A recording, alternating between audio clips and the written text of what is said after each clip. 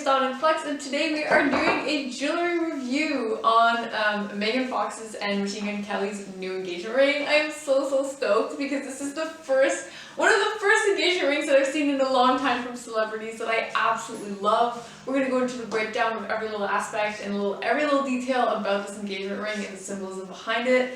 So the very first thing that you notice when you look at it is obviously the stunning emerald. I think it really pops. The quality is impeccable. Most people, when they think about emeralds, they think about kind of like the standard commercial grade that we see of like really kind of like milky, heavily included, but this quality is like through the roof. The clarity is insane, the cut is insane, like the brilliance of the emerald, it really pops, and you can tell that it's because it has a nice cut, and the color is very vivid. Gemstone was also untreated. That's like natural beauty right there. So I really love it, because if they had done it with just like 2 diamonds, it wouldn't look the same. Like, it would just kind of fall flat. Like, me personally, having seen as many diamonds as I have, diamonds just don't do it for me anymore. I just find them kind of boring. And so if they had been 2 diamonds, I think it wouldn't have the same impact that it has currently. So I'm very happy about that. Of course, he said it was because it was designed with emerald because her birthstone is in May. Thank God it was in May, because if it had been in like, I don't know, February with like an amethyst. So kudos for that. So apart from like the gemstones, we have the band.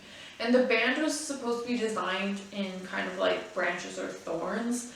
I'm really glad that the designer decided to not take this in like the literal sense, and because if it had been, like, this is a very modern piece, okay? It's very clean, it's very elegant, it's modern. If they had actually taken it in the literal sense, which some designers do, like I've even had to do this sometimes where like, you know, clients will ask for like a lot of thorns and a lot of things, and it can get cluttered quite quickly. And so in having just simple, elegant branches or thorns or whatever, it makes it really clean. If you look at the actual shank itself, they did basically 2 rows of bright cut. Having diamonds set like this, it's actually kind of like on a point, and there's 2 rows going this way, and there's kind of like a rim in the middle.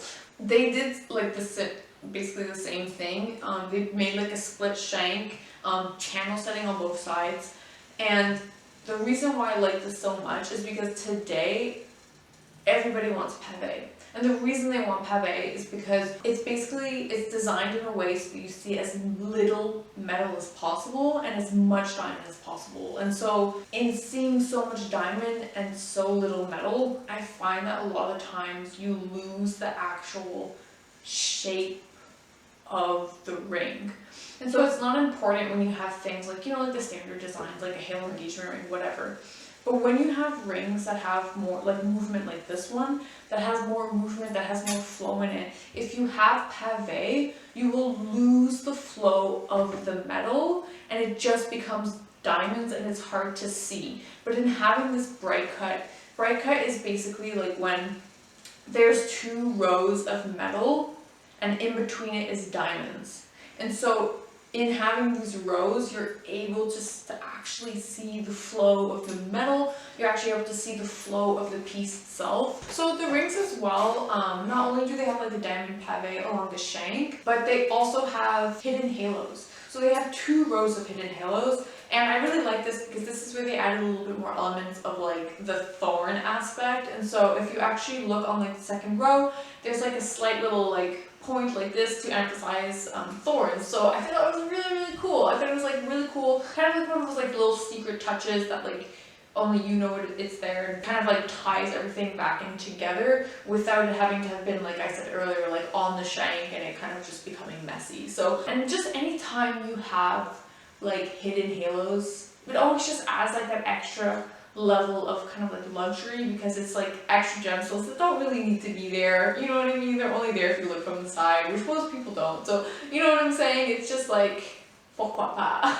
But yeah, no, I really love this piece. Probably definitely my favorite engagement ring from celebrities that I've seen in a long time. Beautifully executed. So I'll just basically tell you what he wrote as kind of like the significance behind the design. It's to be 2, 1 emerald, so for her birthstone, and 1 for diamond, so his birthstone, set on 2 magnetic bands of thorns that draw together as 2 halves of the same soul, forming the obscure heart that is our love.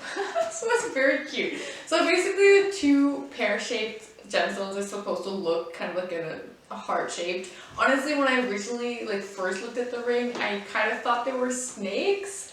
But that's maybe just because I've seen kind of like some, not similar designs, but kind of like similar aesthetics. So from other jewelry brands. So I think that that kind of like pear shape with like flowing movement generally is done by a lot of brands in the form of snake. But like here's supposed to be hearts.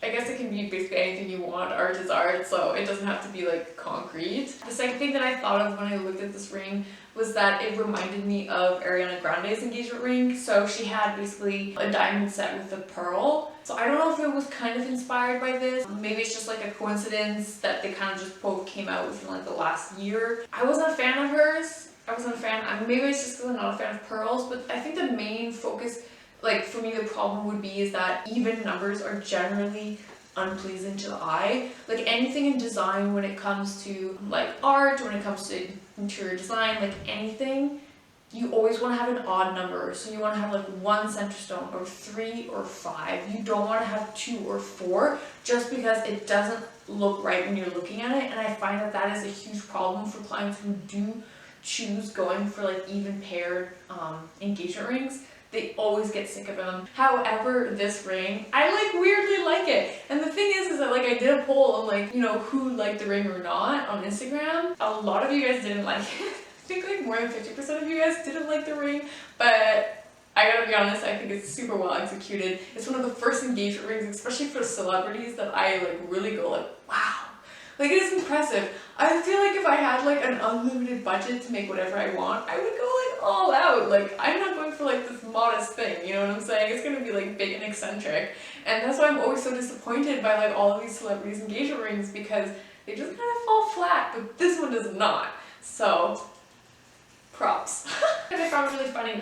I specialize in custom, right? And so having worked with a lot of men and a lot of women, it is so common, and I always find it so funny because men are really, I hate to say it, you guys, but you guys are very like symbolism, almost to the point of it being like overboarded. Whenever I work with men, they always want to add all these little extra details, all these little emblems, tokens, little like significant things, and they just like shower their piece in symbolism, which can start to become overcharged and a little bit tacky. And so when I see the description of like what he was going for and all the different elements and symbolisms that Machine Gun Kelly wanted to inquire into the piece, I know that designer probably had to kind of like find a way to make this work and not make it look like just like a jumble of everything and anything. So kudos to them, because when it comes to men making engagement ring, when it comes to women making engagement ring, let me tell you, it is very different. Men are full of symbolism and women want like clean, a little bit trendy, classic, expensive. That's what they're going for, and men are like, let's just jump everything in there. So it's really funny to kind of have like read like the description, all the elements that he wanted inside, because like I know I see this all the time, which is really, really cute, and it shows that you have to like try really hard to like put like little special meaning into a piece, and so it's really appreciated, but sometimes it can be overboard. So kudos for him for having like made it still like very clean and elegant. Yeah, I'd love to know if you guys like the piece. Like I said earlier, like on our Instagram, if you're not on Instagram, make sure you follow, because we do a lot of like little fun games and stuff like this, and I think pretty much everybody was like kind of on the fence about this run, but I love it. So I'm gonna vouch for it. Thanks for watching, and I will see you next time.